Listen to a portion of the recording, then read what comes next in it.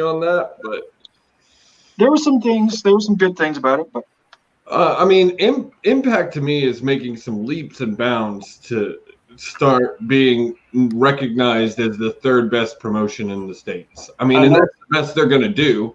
I know some people are saying, some people, not all, and I think it stretches the truth out a little bit, but some people say it's better than AEW, which I think is not true. But I know there's some people in some groups that say I think it could be if booking and management was better. That's their biggest issue. It's not just that though, too. Tuesday nights is a hard night because you got Raw on Monday. People know Dynamite's coming on Wednesday. People that get wrestled out. I have a hard time catching Impact on Tuesdays, and I want to. But we're going to talk about all this and more coming up on this episode of The Paradigm Shift. Don't go anywhere. We'll be right back.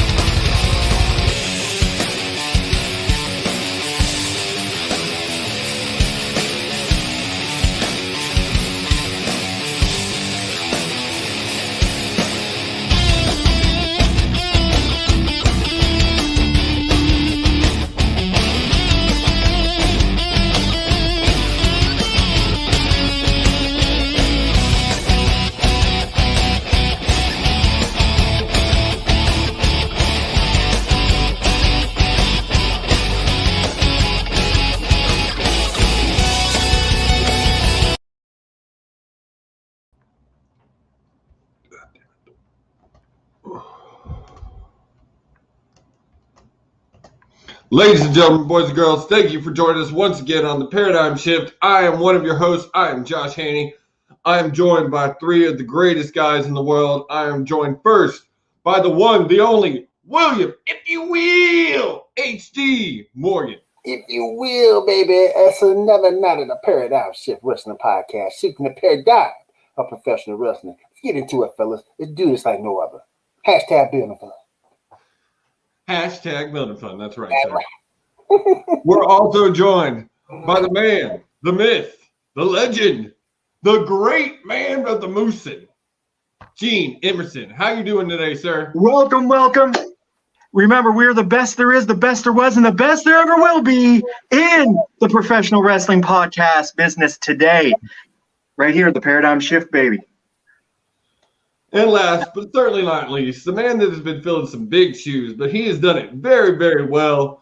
And we are glad to have Mr. Tommy TDC. How you doing tonight, sir? I'm doing good, and you're welcome for this upgrade that I'm allowing y'all to have on the Paradigm Shift. Well, boys, we are here for another night of the Paradigm Shift and another night of first we got to do our salute, right? We got to do real men of genius. Real men That's right. The real man of genius. Hurry up and get your ass back to work. Yes. Quit being lazy. Cody Johnson, how you doing? Win that election and bring your ass back to pinfall. Tommy's getting tired. We got a Facebook user. If you don't mind, please register. Yep. Click the link. Yeah, click the link. Then we can see your name. That would help. We promise we won't say you anything, but I can't promise you won't send you a couple of moose in your way. So Make syrup. Exactly. All right, boys. So to start the night off, like always, our favorite segment.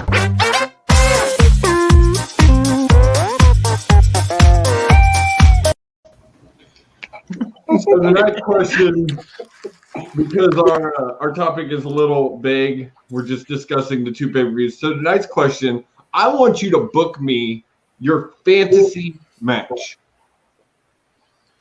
Wow. Like your match, the match. If you could pick two guys, put them in a ring, any stipulation you wanted, who would it be? Does it have to be singles? Can it be a tag? No, it could be anybody you like. Okay. And I'm gonna start off because this is a hard one. You gotta think about it. I'm actually gonna go tag, Will. I want to see the Hardys of past versus the Bucks now. And I think a lot of people would say that match, when it comes to tag teams, it's probably one of the top fantasy matches. But I would also up that ante, make it a triple threat, and put FTR in that match. Because that would be a hell of a match. The FTR would bring some of the high flying, the spot down. And I think it would make a 5-star match. Mine would be on the Hello, Stump. What up, Stump? What's up, man? Mine would be a tag match as well. Harlem Heat versus the Dudley Boys. Ooh. Damn. Ooh. And if you got that in their prime, you know who wins? The fans. Yeah, the fans. Yeah. Both those matches. Like, that's who wins in those matches. Mm-hmm. Tommy. Oh man, this is hard. See, I cut through a little break. No, I was trying to scroll over to the comments. Oh, we do, man. We do. We love you and we miss you. Yep. Apparently, Brandon, you are truly missed when he's got his finger on that damn trigger because he can't run it for shit. I'm gonna go with one probably people probably don't ever talk about much. Would probably be like WrestleMania, Rick Rude versus Eddie Guerrero in some kind of maybe a ladder match. Yes. Something like that. Yes. Just because, and I don't want face Eddie, I want heel Eddie. Yes. Versus heel Rude. Ooh. So you basically got heel Rude versus heel Eddie, and they're going to do all kinds of dirty shit to each other. I mean, even though there would be no disqualifications in it, but still, they're still going to do all kinds of dirty shit to each other. I just think it would be interesting. Just to play up the crowd. Most deaf. And that's a match you would never see back in the day because you never saw heel versus heel. Now you it's possible to see heel versus heel. Yeah, I'll give you one more. How about just because I've seen him tonight, Pete Dunne versus Dean Malenko. Yeah. Dean in his prime. WCW Dean Malenko. Yeah. I got to pull 1,000 holds. Some of these comments up because they're good. Legion of Doom versus Brothers of Destruction in their primes would have been a good match. Yep. Our own Brandon Randall.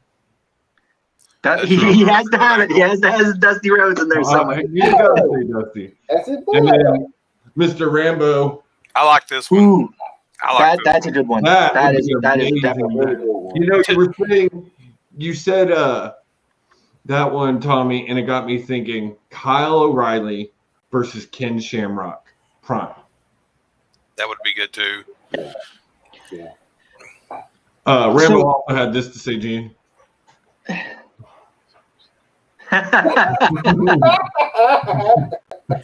But he tries real hard.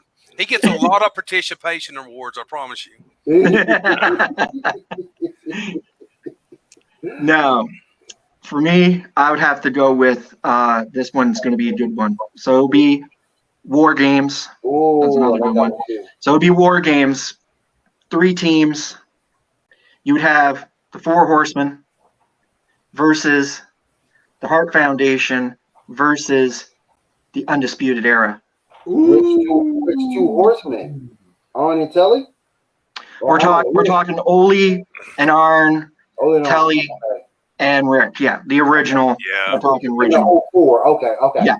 All 4. I might get scolded for something, but the real 4 Horsemen. Okay. Yeah. Oh. It had so many damn spinoffs. There were so many yeah. incarnations, but there was only one original.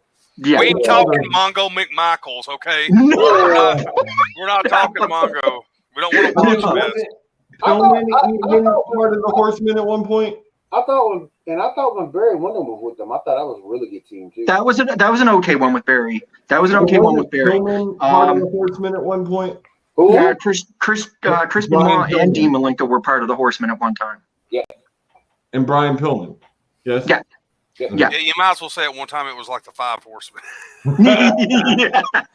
But I'm talking original Horsemen. I'm talking Hart Foundation, and I'm talking Nobody from Canada. All right, boys. Well, that is another edition of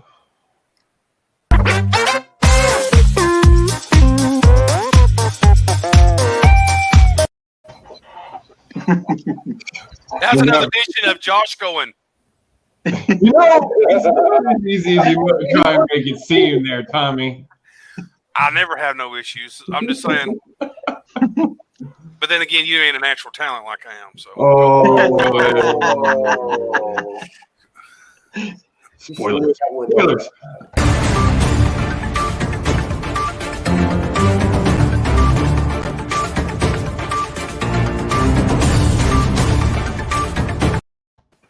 Just to pop it in Will's face.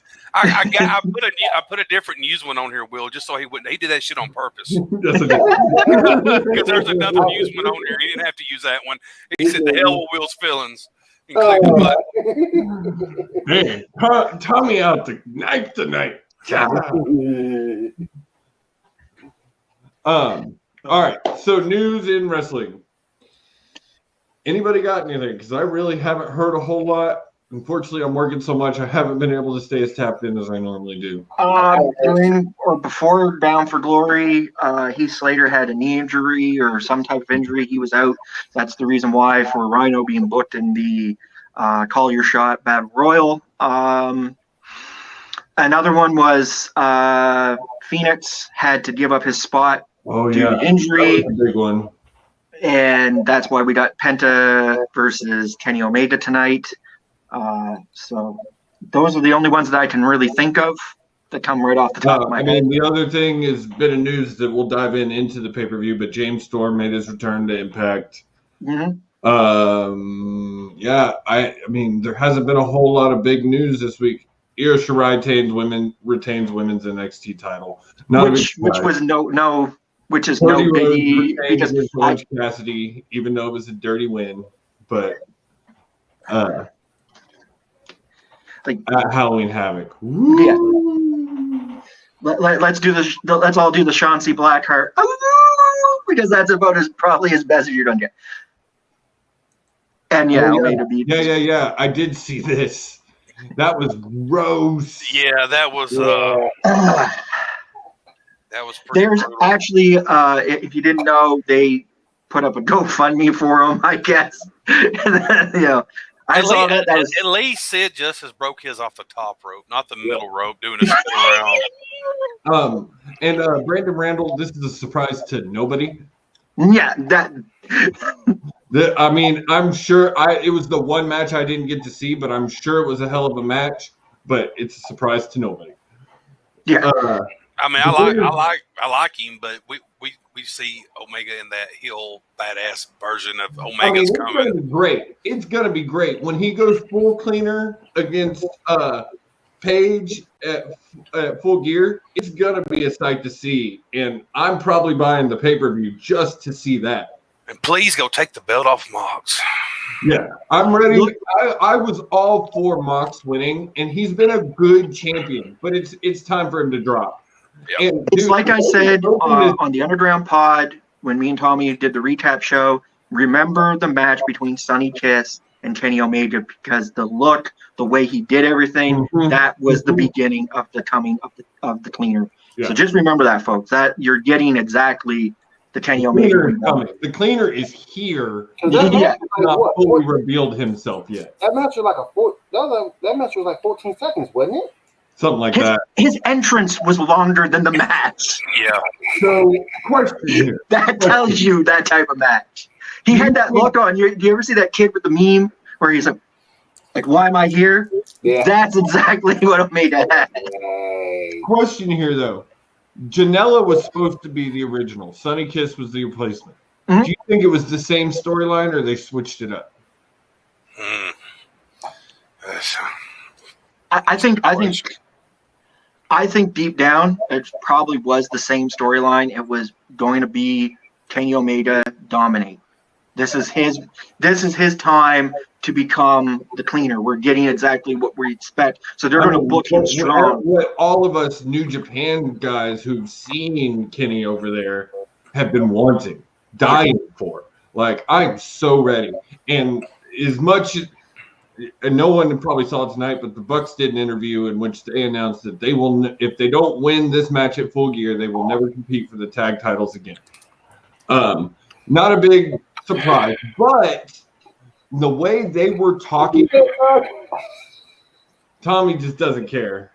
I hate garbage storylines like that because it's such bullshit. It is. I agree, but this is the point I was making. They're showing that same edge, and I'm seeing the original Elite, those three reforming together and just doing the same domination that they did in Japan. Yeah, and it's about time because, like I said when I was talking with Tommy on the Underground, it's that time where they said for the first year they were not going to book themselves strong, and they didn't. They kept that promise.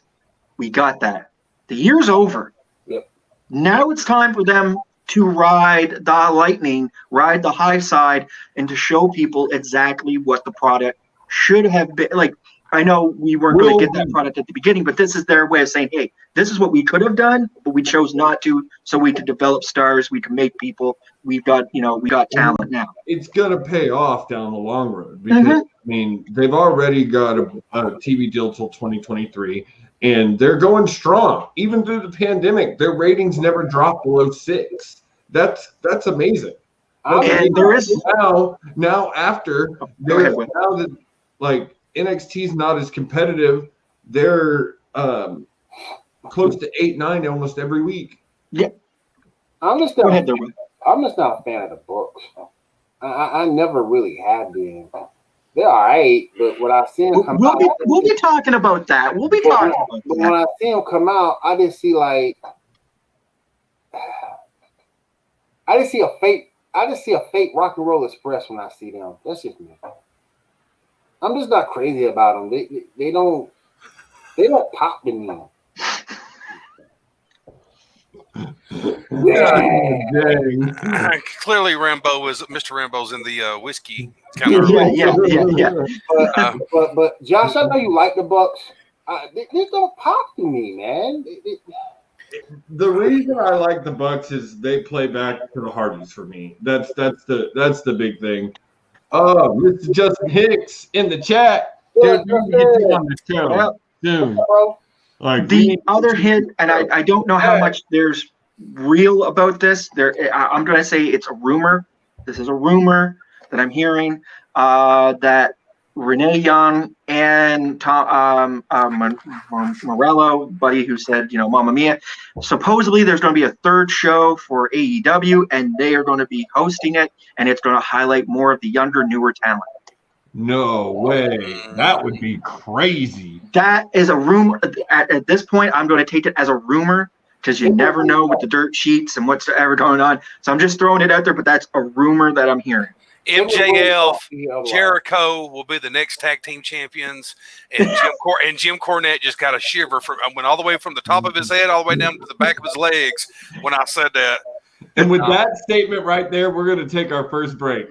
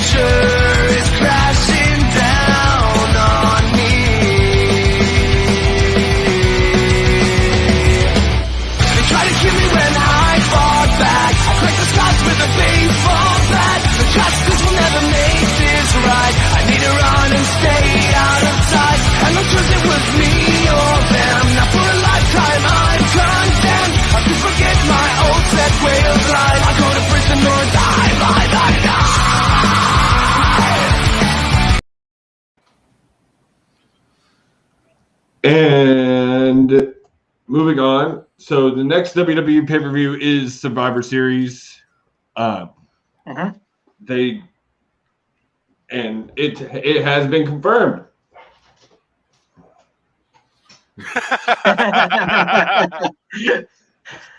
But yes, next pay-per-view is Survivor Series, their 30th anniversary for Undertaker. I hope that they just play moments for the Undertaker. I do not want to see Undertaker. Let's just say that. Let's just say that now. We just hope that it's just moments. I don't mind seeing 30 years of the Undertaker, but I don't mind seeing him as long as he doesn't wrestle. Yeah, right. Like I said, I'm perfectly fine with if they want to do another one of those theatrical type matches. If they want to do something like that, I'm all right for it. But if you're going to do a theatrical type of match, why are we not? We already get the Undertaker versus Sting. If you're going to do the theatrical stuff, that would be awesome. Like we've said before, that's just too bad. It's the match that everybody's always wanted, and plus the characters of them would work out kick ass for that, man. Yeah. Kick ass. I mean, now that you've introduced the theatrical match with Taker, we got to get that at some point. It's the only way it's going to happen now. They're both past their prime. They can't wrestle. Give us that match. They only got to do a few moves. Give us it. It would work totally in their benefit. It would be a good way to cap. Really, if you want to put it, if you wanted to say hey, this WrestleMania we'll finally say final WrestleMania for the Undertaker. It'd be a perfect way to cap it off. Oh my god! Oh my goodness! Rambo's on it tonight, y'all. Yeah, he is. Rambo's on it tonight. He gave me a little bit of that Cajun spice on that ass. Is what he's doing. Yeah, he is. So, anyways, are we going to get to our main topic? Because I think that's all that we got for news. Yeah.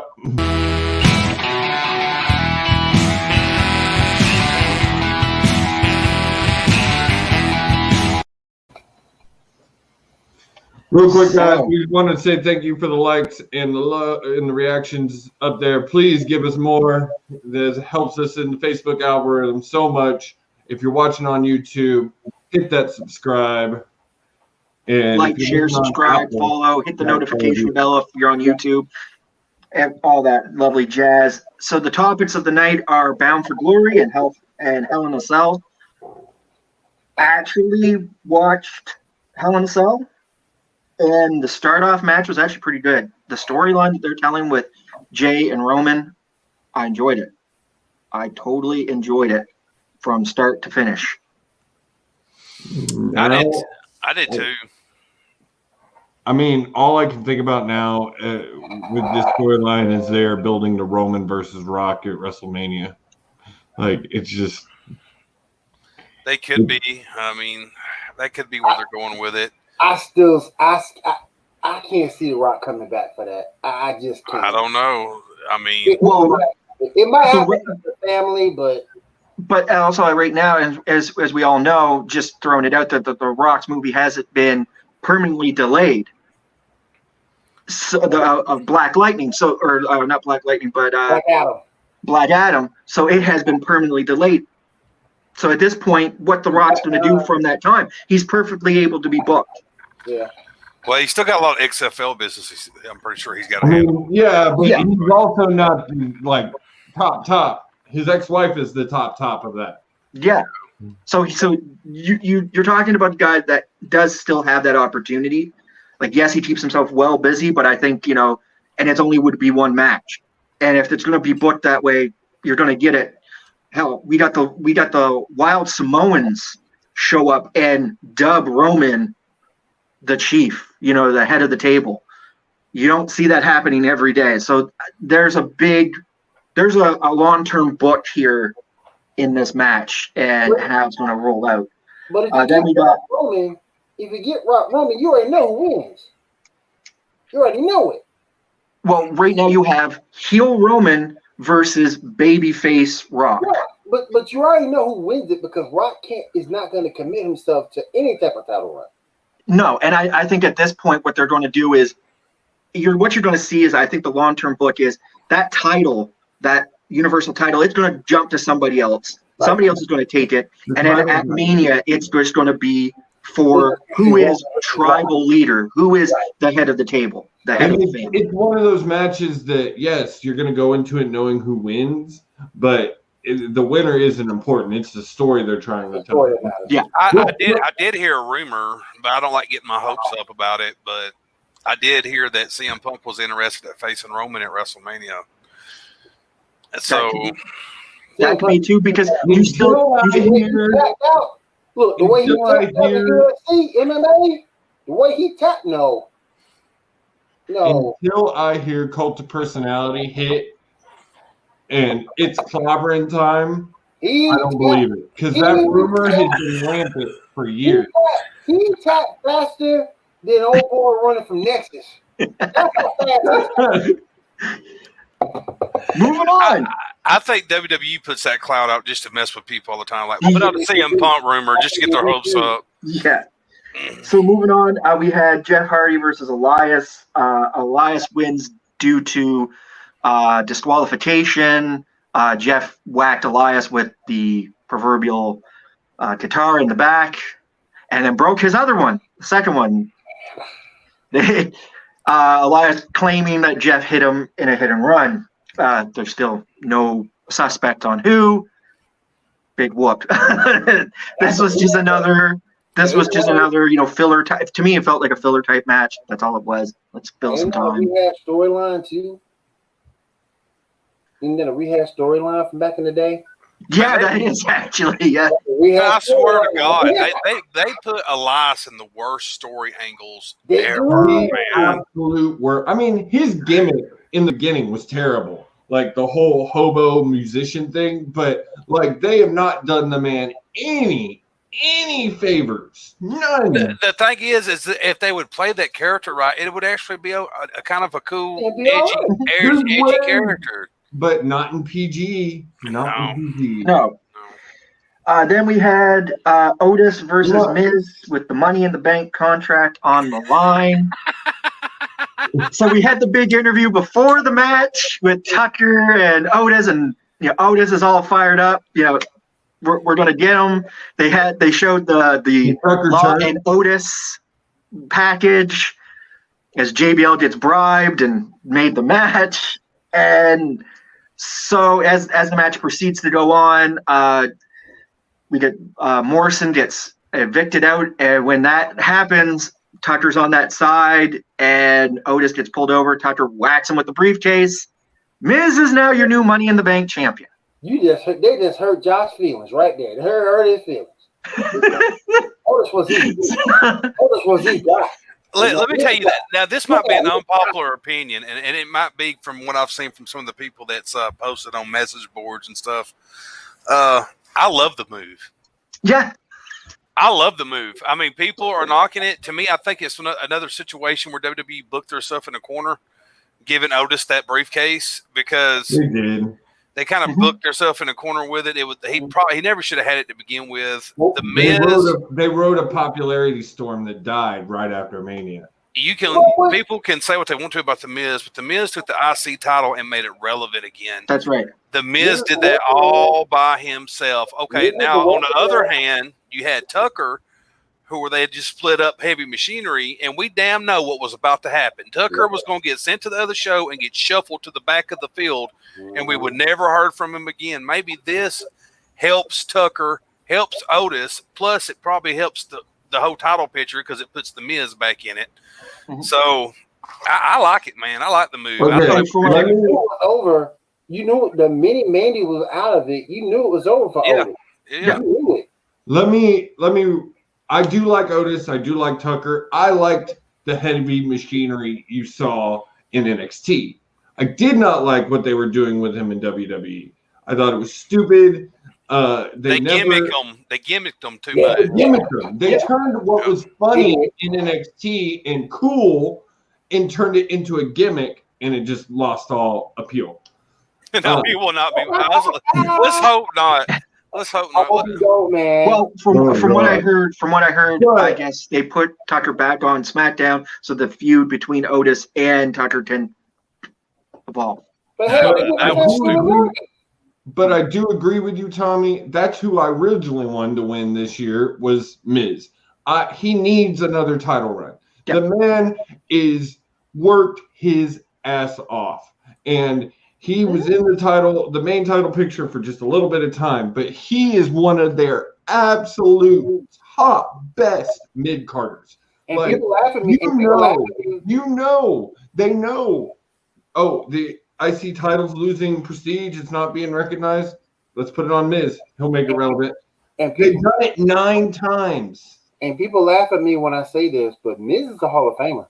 Oh, yeah. When you put his body of work versus some of those guys that's in there that they hadn't even had any type of title run, i.e. Coco Beware, who shouldn't be in there, he's a Hall of Famer. Oh, yeah. So then we had the women's SmackDown women's title match between Bayley and Sasha in the Hell in a Cell. And it was a phenomenal match, and Sasha wins. Yeah. Becoming I think she's the 3rd person to beat Triple Crown. Now let's see if we can hold on to it longer than a week. Side note on this: do anybody here watch AEW Dark? No. So her boyfriend, her fiance, Aaron Solo, has been performing on that show. I worked with that motherfucker. Literally worked with him. But hopefully she can hold it longer than a week this time. Hopefully she can hold it, for a minute. No. This is her punishment. This is her punishment for taking her damn ball and crying and going home because they had to drop those tag titles. That is why she wins titles and now she loses them as soon as she wins them. That is her damn punishment. But the thing I want her to do, her and Brooke are going through a feud right now. I think it's the funniest feud ever. And in order for that feud to gain steam, she has to be the champion. In order for that feud to gain steam, Brooke is talking shit. Sasha's talking shit. And it's like, I love it, man. I love it. So I just really need a storyline for a while that revolves around that title that does not involve Bayley or Sasha Banks. Yep, I agree with that. I agree with Charlotte for the longest time. She was always in the title picture. Look, it's 3 women until Becky comes back. They need to improve that. Yeah. I agree. Their women's division is terrible right now. I'm surprised that I seriously thought they had signed Tessa Blanchard. I am surprised that she has not debuted if she is signed. Whose women's division is terrible? WWE's? What? They don't have terrible, anything, man. bro. You okay. I take it back. It was around 4 women. Charlotte when she comes back, Bailey, Sasha, and Asuka. It was always around 4 women right now. That's it. Who else? WWE has lots of good women. But they don't use them. They're not used. Well, that's probably because they're so busy giving Bailey, Sasha, and Charlotte. I agree with you. That's why their women's division sucks. That's why it's terrible because they're not giving anybody else's. Okay, I'm going to end this. I'm going to end this argument right here with saying this: the WWE at least has a women's division that's relevant. Look at AEW; it's unrelevant at all. True. You could take half of the women that aren't being used. Even you could take Alana, put her over in AEW, and at least that would make that division relevant. Can you see Dana Brooke in AEW right now? I don't necessarily say all that. Can Dana Brooke in AEW is amazing. Can you see Dana Brooke over in AEW right now? Dana Brooke would dominate that company. I agree that their women's division is terrible. I agree that they need to step it up. I watching tonight. Because they actually Serena Deeb defended her NWA title tonight. They actually shouted out Billy Corgan on air. Jim Ross did. I think there's an NWA AEW alliance coming very soon. Oh yeah, the statement. Can they do a story? Can they do a story with the 4 horsemen? Oh yeah, they would, and then Cody would want to cut because his daddy used to wrestle some of the original 4 horsemen. Oh yeah. Cody would be like, "Where's my money?" But then we got after the changing of the title, then we've got a segment in the back that led to Bobby Lashley taking on Slapjack for the United States title.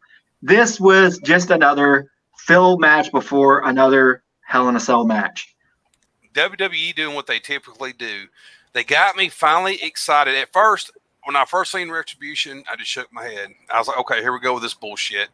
Then they got me interested in it with them in the Hurt Business right there at the beginning. Mm-hmm. And now they have just completely made it where it does not make a damn anymore. It is a complete joke.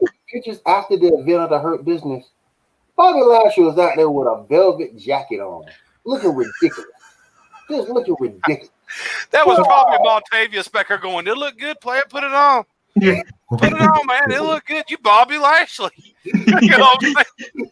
But put it on. Put it on. But the thing here about the Hurt Business and Retribution is got gimmicky and silly fast. The Hurt Business looks good. Don't get me wrong. They look like they're supposed to. They look like a bunch of businessmen that are, in that business. They're the Hurt Business. Business is good for them because they have United States title. But you look at Retribution, and they look like the worst custom creative players that you could ever have made with the worst custom created names back from the 80s. Slapjack, because the guy's wearing a mask that looks like a hockey mask. Really? You couldn't have come up with something better? You're 2K19. Oh, my God. It's so terrible. And to elaborate on what Rambo was saying right here about MVP needing to get Superstar of the Year for taking those 3 guys off the low card and getting them airtime. Oh, yeah. Not only that, man, it's amazing considering where MVP's career was right before WWE re-signed him because his career was like in a downward spiral. He was about to retire. He didn't want nothing else to do with the business.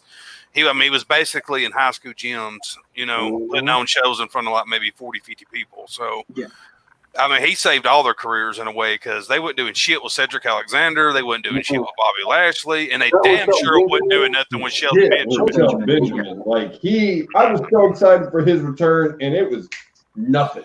Yeah. But this is the funny thing. We're seeing Shelton Benjamin and MVP that we sort of got in New Japan, when they were a tag team. This is their sort of their running gimmick. It was all the exact same. So this Hurt Business thing is sort of like a little bit of that mixed with a few other little things we've seen MVP and Bobby Lashley and these guys have been into before. So it works. It really does work. But you gotta give some Benjamin props too, because he wasn't talking his first run of WWE. He really wasn't good on the mic or anything like that. No. He goes over to Japan. He does his thing, comes back, did a little bit of the indie stuff, comes back in WWE. And it's killing it, man. Shouts out to him. Yeah, I just wished it was the same where it was, there ain't no stopping me now, and that music would hit and Sheldon Benjamin come out and shit, man. Dude used to be phenomenal, man. Yeah, man. Then we got into the next match. We're going to take a quick break. We'll be right back. Okay. No, there ain't no stopping us. Fly without boarding pass. Couldn't catch me, I be moving fast. Call me a shooting star. Let 'em know who you are. Flying up in a bar. Wish on a star. Time to show 'em who's in charge. Call me a shooting star.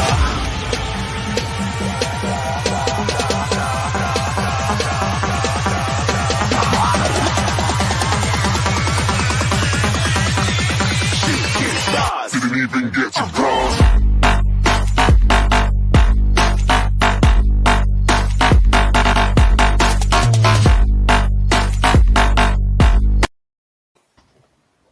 Dude, I gotta tell you, Will, your reactions in that video are amazing. Like right on the beat. Oh, shoot. really? Wow. Well, out of all fairness, he's lucky that the way Vince thinks, that Vince didn't put him in a terrorist angle, just to be honest with you. It really is. Yeah, that's true. So last match of Hell in a Cell was Drew McIntyre versus Randy Orton. It was a good match overall, but they dropped the title to Randy Orton, and now he's the 14-time WWE champion. We all knew that was coming. I also kind of shocked by that too. I wasn't, because people has labeled Drew as being a boring champion. I don't think, to me, it's on Drew. I think this is just bad booking. They've been booking him bad. They've had him in this angle with Randy, and people's been tired of that angle for a while now. It shouldn't even happen to Hell in a Cell like that angle. They should have been past this angle by now and kept him fresh doing something, but they didn't. I'll say this. I think at Night of Champions should have been the last time we've seen Drew versus Randy, and the person that should have been in the spot in the Hell in a Cell with Drew McIntyre should have been Keith Lee. It's a clear example, just like this is how they did Kofi. They did Kofi the same way. Basically, they booked him as strong as they could. Like, look at Kofi. They booked Kofi as strong as they possibly could, really, when you look at the matches. You know, he got clean pins. He always went over. I mean, they booked him as strong as he could. It's just, I think, honestly, it's the fans, man. That's who I blame. I blame the fans, because the fans want something new, and then when they give it to them, they bitch and they're tired of it within 2 weeks. They're like, oh my God, well, okay, well, he's got the title. Well, what now? I'm bored of it. You know, they don't give nothing no time to build anymore. I think that's why I appreciate what Roman and them are doing, what Roman and Heyman are doing so much with the whole what they're doing over with the tribal stuff with them and Jay and them, because you can tell that that's a long story build. That's right. The days of long-term booking, the fans got to realize that's the only way that you can build good champions. Once a title, for at least for titles, I'm not talking like you're talking, tag titles or mid-card title, but I'm talking like the champions. You want to have long-term story builds. At least get them to, you can make them face 30, 40 people within that time, but you've got to have a long-term build. There's got to be a main focus, your main end goal. We got this guy, we're going to get him all the way to this point or this big pay-per-view. When we do finally drop the title, you'll see it coming, but at the same time you don't, and you're good about that. Look what, like Tommy had said, look what they're doing with Roman Reigns. We know what the end goal is, but we don't really care about that. We're based on the story. We're dived right in. We're dialed into the story. We want that story to play out. We want to see what happens. Drew was at a disadvantage from the get-go. I mean, he won at WrestleMania in front of no live crowd. Yeah. Could you imagine how bad that probably actually really sucked to know that you finally made it to that pinnacle moment and then you win the belt and there's no crowd? And if you pull up that last comment by Rambo, that's a good point. They have no way to really gauge it because there's no live audience. Right. They're just gauging, I guess, basically off ratings, which is crazy because Raw's ratings has always sucked. Yeah, it's always been sorry. You doing it, but then now on Monday Night Football. Mm-hmm. So that is the Hell in a Cell pay-per-view. What would you guys give it an overall? I rate it maybe a B at best. I'm with Gene. I'll give it a B because it had its kind of filler dumb moments in it, but overall it was not that terrible. One of the disappointing parts in it, I think, was where you actually seen Randy go to the top of the cage and you think something cool is going to happen. Nothing cool happens. Basically they climb up it, then climb halfway down the other side. And Drew McIntyre being 6 foot by 9 by 45 or however tall his big ass is, that little fall he took was not that far of a fall, so it really wasn't a risky bump. I mean, that's the thing. That's what WWE lacks now so much is I understand that they've been in the PG era, but still even in the PG era, you had to keep TLCs and ladder matches or anything like that, Hell in a Cell, you have got to push the damn limit. You have got to go as far as you can go with those. Regular pay-per-views, like just a regular Survivor Series or something like that, you can keep some of that kind of basic. But these big extreme pay-per-views, you have got to do something that makes people, because that's what used to make me tune in. Was this TLC? Somebody's about to get the shit whooped out of them if it's a TLC match. Someone's probably going off the top of the cage. Yeah, they're going to do something. They're going to break out some barbed wire 2x4s or something. Something's going to happen.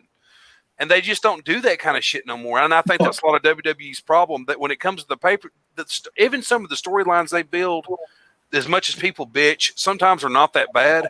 But the payoffs always suck. That's what sucks about it. Is their little middle storylines they've always kind of been like that. Some of them were good and some of them were trash. But the payoffs were always good at the end of them. And the payoffs were not as good as they used to be. No. So now, as we all know, Impact had their pay-per-view as well.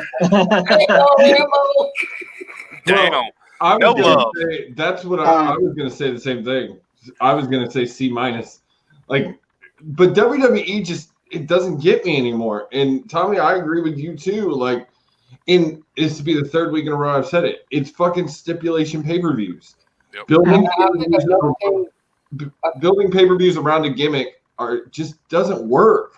That's not how they're meant to be used. They're meant to end feuds, be awesome. I want to see Brock Lesnar spearing someone through the side of the cage or some shit like that, or Undertaker throwing Foley off of it. I think another thing too, because of COVID and trying to be safe with the athletes, it's taking the edge off creative.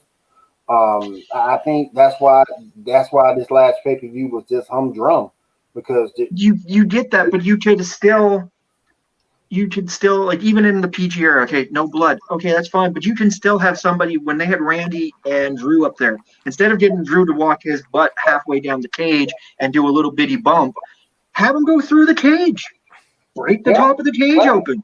Yeah, that would be something. If there is any blood that does come out, you put your gloves on, you stay sanitary. It was the end of the match. It's the last match of the night. Can we please, in the year 2020, can we please stop with the cheesy ass blood capsules in the mouth? Yeah, and the cheesy acting with the their whole down abdomen is about to fall out because they're in so much pain. I can't stand when they do that cheesy shit, man. How do you do it, Tommy?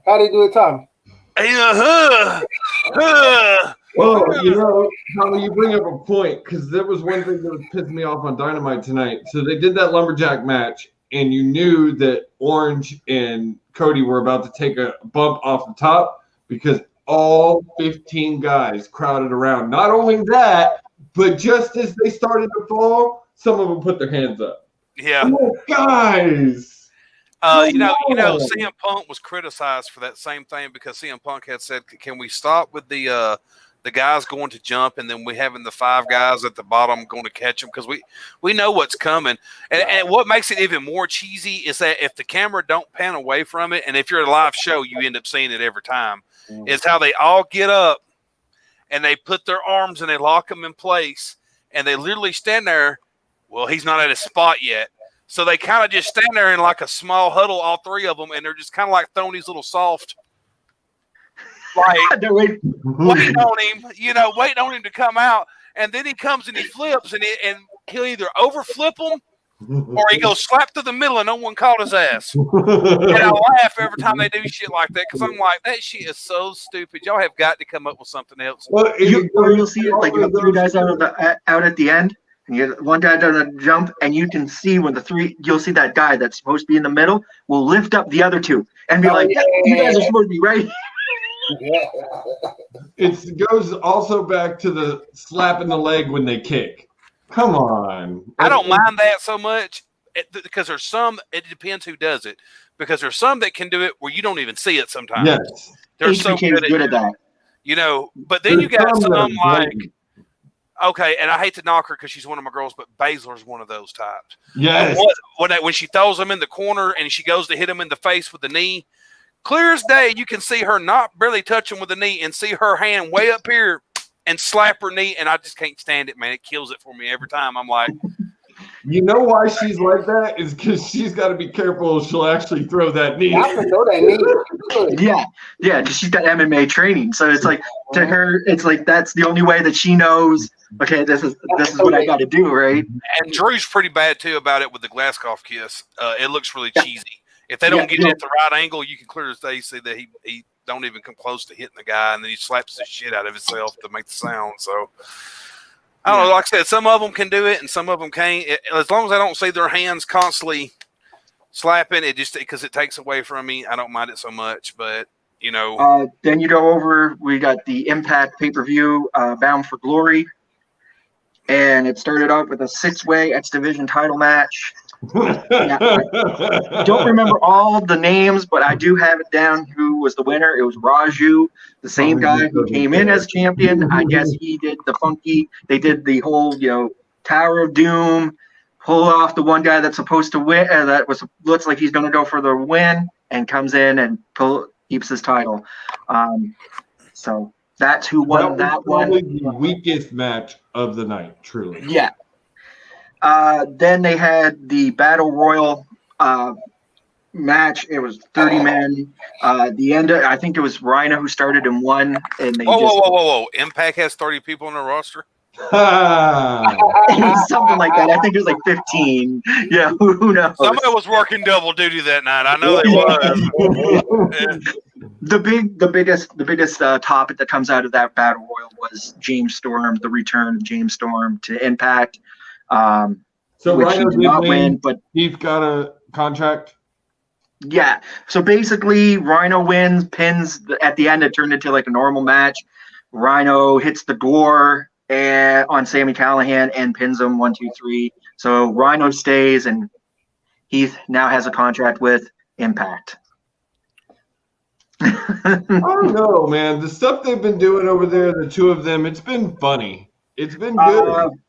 The big mention was that they did have a segment. Stop talking so loud with your eyes, Tommy. They had a segment where they were going to Rhino and Heath. They were talking, and they legitimately cut it so wrong. You can hear the producer was told, "Hey guys, you need to restart it again." In the middle of their pay-per-view. That's right. Nobody was watching anyway. Low budget. So then it goes into a theatrical match between EC3 and Moose. And the winner of that was Moose. Moose wins that. Then it went into EC3 gets cut, leaves, tells everybody how he was this held down superstar, and he's a free agent. He's going to conquer the world. And he's on Impact, being a fucking mid-carder, just like he was on WWE. The thing was, he was telling the story of, he was telling Moose that, you know, you got to take control of your own narrative. You got to beat me. It was like a Star Wars-ish type thing, like strike me down. And, yeah, you know, unleash your own narrative type thing. And so that's the reason why they gave it to Moose. I think we're putting Tommy to sleep. So the next match, they did a package. Yeah, User Theory is better than that. They did a little package about Ken Shamrock going into the Impact Hall of Fame. You've seen The Rock and a few others. And they got into the match between Eddie Edwards and Ken Shamrock. Let me ask you, did he actually step foot, or did he do it by via they had him on like it was a video package.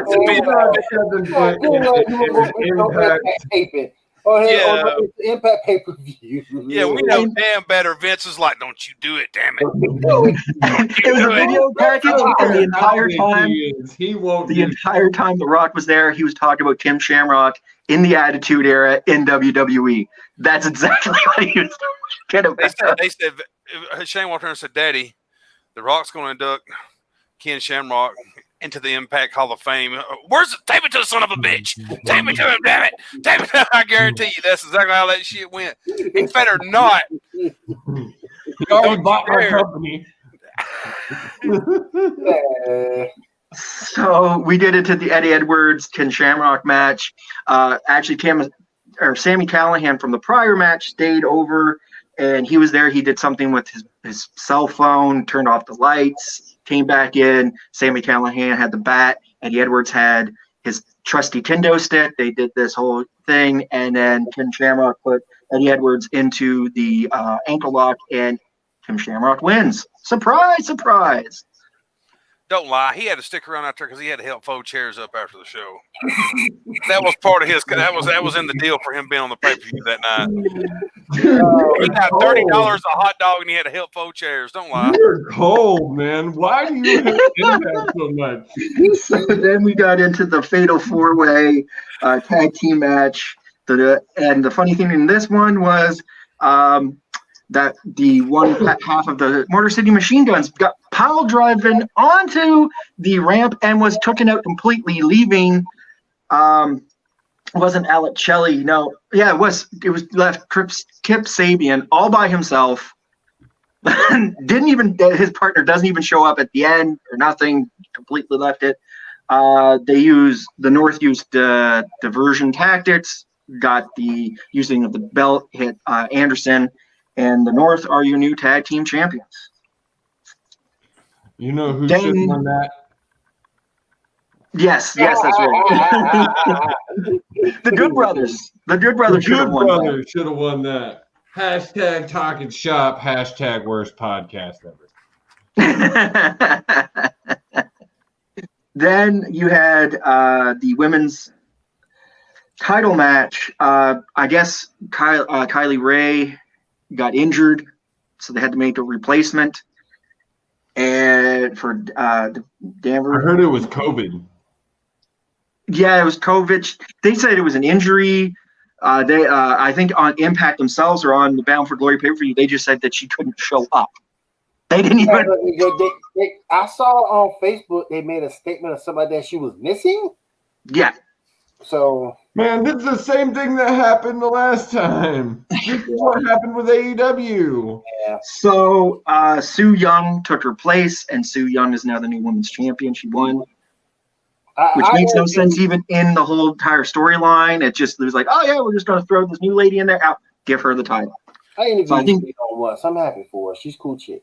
Yeah. Yeah. Well, I mean, what do you expect? You know who I blame?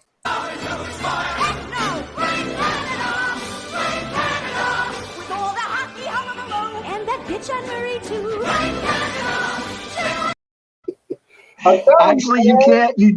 Honestly, Tommy, you can actually say that because the guy who was the former manager of Team Canada is their creative guy. Anthem is a Canadian-based company. I'm telling y'all, when stuff go wrong, just blame Gene. You'll be all right. Blame Gene. Yeah. So then we had the big title match, EY versus Hang on, Swan. Dean. We're going to take our last break of the evening, and then we'll come back and finish up. We'll be right back.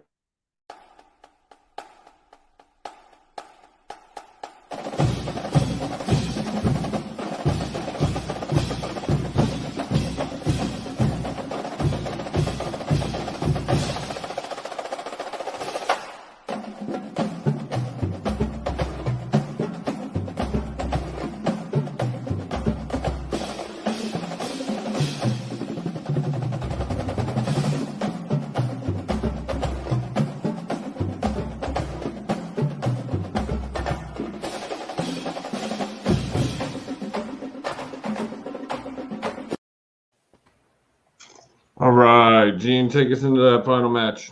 Final match, EY versus Swan. And as we get it, Swan is now your new Impact champion, world champion. I will say this I did not understand. Like, Me and Tommy were talking about it earlier. This is going to be a transitional champion. I mean, I'm but happy. I don't know who is he transitioning for. I don't see who, other than maybe EC3, and maybe that's why that match ended up like it did. It's either going to be EC3 or it's going to be Moose. That's I think it's time to put the true. Okay, I gotta say this. It's time to put the true Impact title on Moose. He's taken a non-existent title and made it relevant. Like, and he has so matured in Impact. Like, I was watching him in the beginning. He was terrible. The only good thing about his beginning was the Moose. I'm calling it right now. Loses it to Repo Man. Repo Man shows up, steals it, runs off, or Double J. Double J is going to do some booking. He's back. But no, like, company books himself. Yeah, at the end of the day, I think you're either going to be either EC3 or Moose. That becomes your next Impact champion. That's who you got to go with, and until you create a feud. If they're bringing back Storm, let's use them in the right way. Transition the belt to Moose, and then you create a match between Storm and Moose and give it to Storm. I think he would be the perfect guy to carry it. He is an original. It would work. Swan just doesn't seem to be he doesn't seem to be a long-term guy as a champion. He just doesn't seem that to me. Not the main title champion. He could be and Scott D'Amore and how he does creative and booking, you could tell that it's a transitional move. Right. The title got to EY. EY was just to hold it until they were to build somebody big like a Moose. They haven't got him there just yet, so let's put it on Swan. Give Rich Swan a little bit of play with the belt, and then we give it to Moose, because Scott D'Amore, let's face it, at least he gives some of the smaller guys a chance, even if it is just for a transition. Well, Scott D'Amore has proven though too, he'll give you a shot. Like, he'll give you a shot. If the crowd catches on, he'll let Rich Swan hold it. If he'll probably give it a month, and if no one really catches, then they'll go ahead and move along with Moose. Yeah. If Rich Swan managed to do what he did with the Cruiserweight title in WWE, and he made that title relevant when it was crap. He did. If he could do that with their main title, he'll keep it for a few months. Yeah. Scott D'Amore is a reasonable man, unlike Vince. Yeah. And Scott will create the triangle type feuds too, because you could get a Moose, a James Storm, Rich Swan, and piggyback that title. Like, you'll see a Rich Swan have it for maybe a couple months. And Moose, dude, that's what I'm saying. You can see those guys hold it for a couple months, piggyback it around for a little bit. I mean, you can't ask for three guys to be three of your top guys. EC3, right. Rich Swan. Rich Swan is your high flyer. He's exciting to watch. EC3, when he's on and he's right, he can be an amazing talent. I mean, he was doing fine in NXT. They just never should have moved him up. They should have left him in NXT. Yeah. All right. So what's our rating on this pay-per-view? Tommy, you don't count. We're talking hell. Are we talking We're Impact? bound for glory. The Impact pay-per-view. You What's your don't rating? count, Tommy. Bias. I'll see. I'm pretty sure that Beth Legene and them down there at the high school, when they watched it in that high school gymnasium where they shot it at, when I was giving out free corn dog night, I'm pretty sure they loved it. Gave it an A. I can't get into Impact these days. I like that they're doing something different. They do a few different things than other companies are doing, but I just don't ever see Impact being a major player again. So, I mean, if you're looking for something different, it's definitely the show to watch, but it's just not for me. Besides Jordan Grace, I could give a shit less what goes on in Impact. So that's an F. if you couldn't get the free hot dogs and everything, I knew he was going towards that. Yeah, I mean, hell, I didn't even get the free corn dogs and get to look at the two teeth in her head. You know what I mean? While the pay-per-view. Oh my goodness.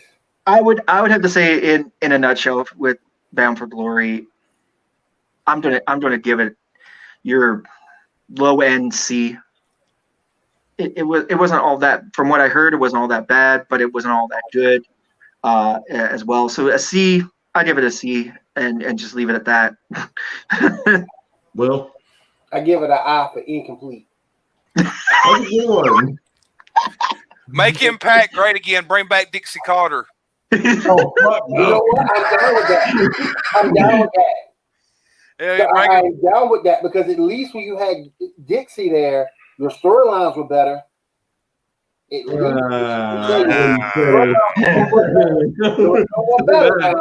Dixie was not involved in most of those storylines. No. She was easy to persuade, though, because she'd be like, I got this idea. And Double J's like, but baby, Double J's got a different idea. We're going to put the title back on Double J. And we'll make the money. but at least with her, you know, you can have it was more entertaining, I think, with her than it is now. Well, hell yeah, she had a big wallet to play with, so she could do a lot of things. I mean, they don't really have that wallet no more, so. I mean, Anthem's a pretty big company. They also own. They're owned by the same company that owns the network they're on. So, hey! When your lazy ass comes back to work, you can worry about how much time we ran over there, buddy. Until then, you're just a fan in the comments. Shut the hell up and enjoy the show. Hello, Tommy. And that was coming straight from the natural talent.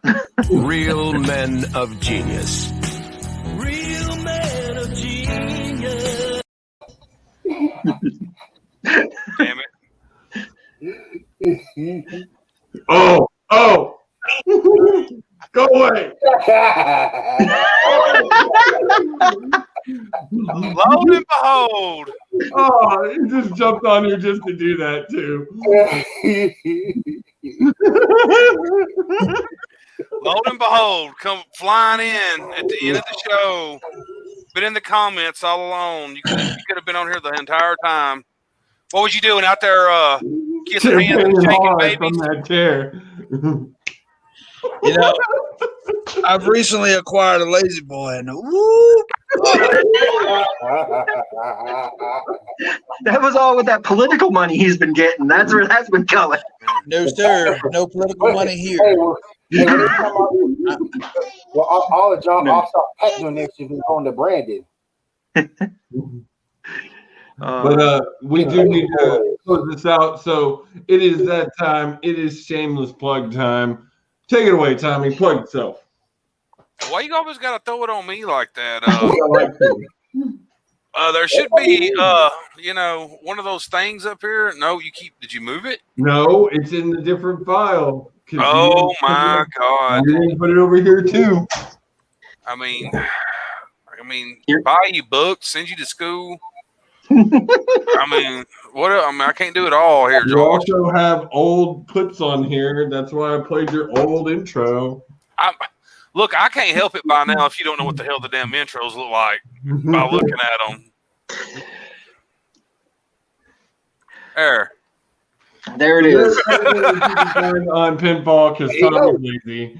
There you go. All the times, all of them are right there.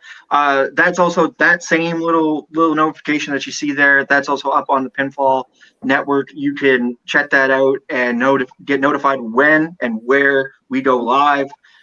So make sure that you like, share, subscribe, get on with us. If you're listening to us over at Anchor, please help us out over in the Building Fund. Make sure that you support us, because this gets better if we get help from you. If you hear us on Apple, make sure you give us the lovely 5-star rating. And as we always like to say, get Gallows and Anderson on. I've tweeted them, retweeted them every time. Every time I get a tweet from them, I'm retweeting them. Hashtag talking shop. Yeah. Hashtag Gallows and Anderson. So hashtag Paradigm Shift. Come on, That's make weird. it happen. This needs to happen. Oh, real quick, little thing.